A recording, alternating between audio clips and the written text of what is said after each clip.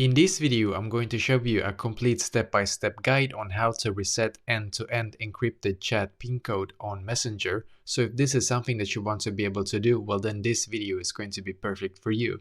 So what you're going to do firstly is to just go into your Messenger app. And as you can see, I'm currently on my Messenger app right here. And then I'm going to locate the three lines in the top left corner. So click on the three lines in the top left corner, because then you should be taken here, as you can see. What I'm going to do in here is to just click on the settings wheel, as you can see. So I'm going to click on the settings wheel. It should now take me to this page, which is perfect. So scroll down, click on privacy and safety, as you can see. So click on privacy and safety, click on end-to-end encrypted chats in here, as you can see. So I'm just going to click right here, and then you should be taken to this page right here, as you can see. And now you're going to just locate where it says security storage and click on that one. And then you should be taken to this page. Now what I'm going to do is to just click on reset pin. So I'm going to click here.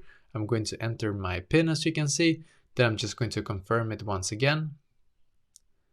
Just going to load here for me. So just a second. Let's see what's going to happen after this.